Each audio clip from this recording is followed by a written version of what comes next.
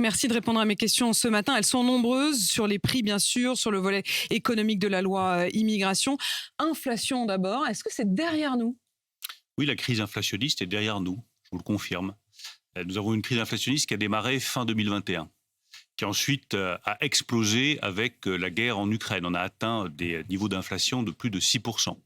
Aujourd'hui, l'inflation, elle vient de repasser à 4% et elle devrait retomber à 2,6% en 2024. Qu'est-ce que ça veut dire ? D'abord, ça veut dire que malgré tout, ça reste difficile pour beaucoup de nos compatriotes. Les prix alimentaires continuent à rester élevés. Il y a encore une inflation sur les produits alimentaires qui reste élevée, même si elle ralentit, elle est freinée comme je l'avais promis. La deuxième chose que ça veut dire, c'est que nous avons réussi à sortir de cette crise inflationniste en 2 années, là où dans les années 70, il avait fallu 10 ans. Donc nos politiques économiques, françaises et européennes, ont été efficaces. Et la troisième conclusion qu'il faut tirer de cette crise, c'est que là où le niveau des prix a été le plus bas dans tous les pays européens, c'est en France. Donc les décisions qui ont été prises par le président de la République, par le gouvernement, pour amortir le choc inflationniste, elles ont été particulièrement efficaces, notamment grâce au bouclier sur le prix du gaz et le prix de l'électricité. Il y a plein de choses dans ce que vous dites. Pour autant, effectivement, la vraie question, c'est que quand est-ce que les prix vont baisser ou en tout cas vont arrêter de monter ? On va y revenir, mais il y a quand même un mot que vous avez dit. Vous avez dit, comme je l'avais promis. Enfin, vous l'aviez quand même promis un peu plus tôt, parce que je me souviens que vous nous aviez un peu déjà fait le coup, pardon, mais vous nous aviez dit que l'inflation, le pire de l'inflation sera en juin 2022. On peut toujours chipoter sur les dates. Moi, ce que je constate, c'est en 2 ans, nous avons réussi à maîtriser la crise inflationniste la plus grave depuis les années 70. C'est un succès national et européen. 2, aucun pays en Europe, aucun, n'a plus protégé ses compatriotes que la France. Nous n'avons pas été exposés à des taux d'inflation de 16, 20 ou 25%, comme ça a été le cas dans d'autres pays européens. Et 3, nous sortons, comme je m'étais engagé à l'automne, de la crise inflationniste. Nous sommes passés de 4,9 à 4% de niveau d'inflation, 2,6 l'année prochaine. Mais pour autant, on ne relâche pas notre effort. Regardez le projet de loi que nous venons de faire adopter, 149.3, avec Olivia Grégoire, à l'Assemblée nationale et au Sénat, qui anticipe d'1 mois les négociations commerciales. Qu'est-ce que ça veut dire ? Ça veut dire que la baisse des prix de gros sur le blé ou sur l'huile pourra être répercutée plus tôt sur les prix alimentaires. Donc je vous rassure et je rassure nos téléspectateurs, avec Olivia Grégoire, avec l'ensemble des ministres concernés, nous continuons à nous battre pour faire baisser les prix le plus vite possible pour le consommateur. Alors rentrons un peu dans le dur, effectivement, et dans cette guerre des prix. Vous le disiez, ça fait quelque temps que vous le promettez et que vous le négociez, y compris avec les parlementaires. Hier, l'Assemblée nationale et le Sénat se sont mis d'accord.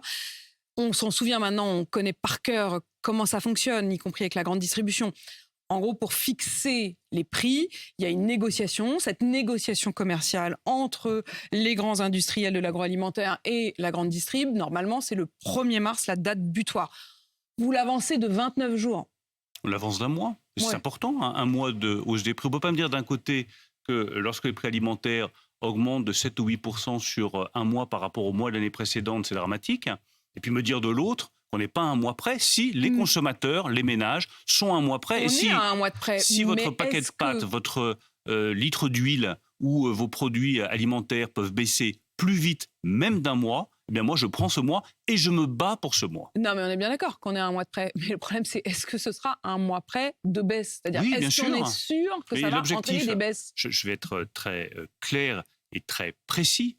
L'objectif, c'est bien de faire baisser le prix d'un certain nombre de produits. C'est pas revenir au prix d'avant. Soyons très clairs, on ne va pas revenir au prix d'avant la crise inflationniste. Pourquoi ? Parce qu'entre 2021 et 2023, vous avez les prix de production qui ont augmenté, les coûts de l'énergie qui ont augmenté, les salaires qui ont augmenté aussi. Donc ça se répercute forcément sur les prix que vous avez dans les rayons. Mais l'objectif, c'est que par rapport à aujourd'hui, vous ayez sur les pâtes, sur les huiles, sur les volailles, sur un certain nombre de produits alimentaires, sur les produits pour animaux, l'alimentation pour les animaux, que vous ayez des baisses qui correspondent à la baisse sur les marchés. Tous les tarifs que nous recevons pour entamer ces négociations sont à la hausse. Voilà ce que dit Michel-Édouard Leclerc. Il dit que 8 groupes de l'industrie alimentaire sur 10 leur demandent des prix à la hausse et ils demandent entre 6 et 10% de hausse. Je ne vois pas du coup comment mécaniquement vous arrivez à la baisse. Et vous connaissez beaucoup de négociations qui commencent par un accord? Non, Hmm. ça commence par un désaccord. C'est de la négo, C'est quoi. normal, c'est de la négo. D'accord. Donc le distributeur va dire, Donc l'industriel Danone demande arrive trop et de il hausse de dit prix. je te Oui, vends mon yaourt mais 10% de plus, et je vais puis vous dire, Leclerc arrive et il dit bah non, ce sera 2, et puis au c'est final, c'est leur quoi? C'est 4. sujet, c'est à eux de négocier.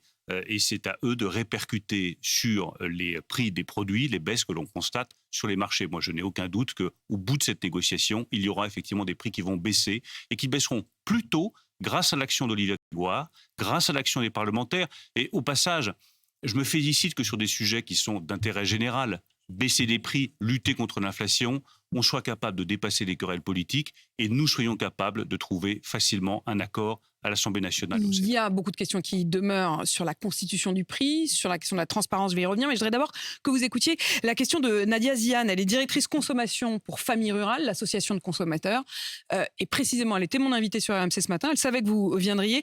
Elle estime qu'il y a encore beaucoup trop de marge, écoutez. Aujourd'hui, on sait, c'est pas nous qui le disons, c'est l'autorité de la concurrence, c'est le FMI, que la crise a profité à certains géants industriels notamment qui ont réalisé des profits excessifs. Dans le même temps, on a un consommateur sur 2 qui aujourd'hui renonce à certains produits faute de moyens. Donc, ce qu'on dit au ministre, c'est taxons ces produits excessifs pour permettre le financement, pourquoi pas, d'une allocation alimentaire qui permettrait à ces familles qui sont aujourd'hui exclues d'une alimentation saine de pouvoir de nouveau remplir leur panier conformément aux préconisations de santé publique. Envisageable ?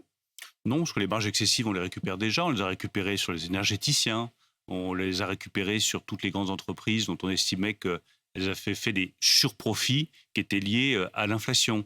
Mais taxer, ça n'est pas la bonne solution, parce que si vous taxez un certain nombre d'entreprises, les produits aussi vont être plus chers et tout le monde sera perdant.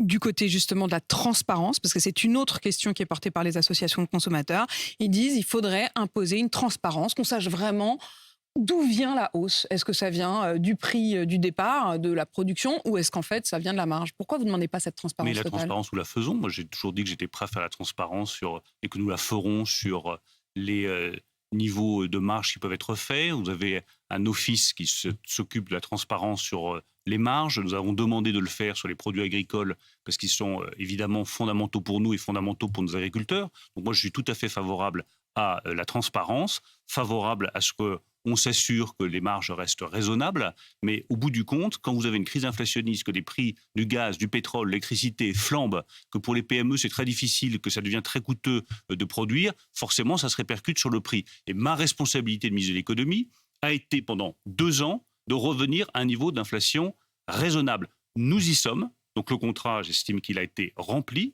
par l'ensemble des pays européens. Il ne faut pas relâcher la pression. Et tant qu'on ne sera pas autour de 2% d'inflation, on ne sera pas satisfait. Et je précise d'ailleurs qu'il y a eu aussi le témoignage ce matin sur RMC d'Eddy, qui est boulanger dans la Saône-et-Loire, et qui disait les prix de la production ont baissé au départ sur la matière première. Oui, lui, il fait une économie cette année de 3 000 € sur le prix du blé, sur le prix de la farine, mais les prix de l'électricité ont augmenté de 15 000 € pour lui, pour sa seule boulangerie. Donc effectivement, l'équilibrage est difficile. Vous voyez bien que l'équilibre est à trouver entre le producteur, le consommateur, la PME, l'agriculteur. Donc c'est trop facile de dire qu'au bout du compte, il faut que le prix soit le plus bas possible pour le consommateur. Oui, il faut que les prix soient répercutés à la baisse, c'est mon combat.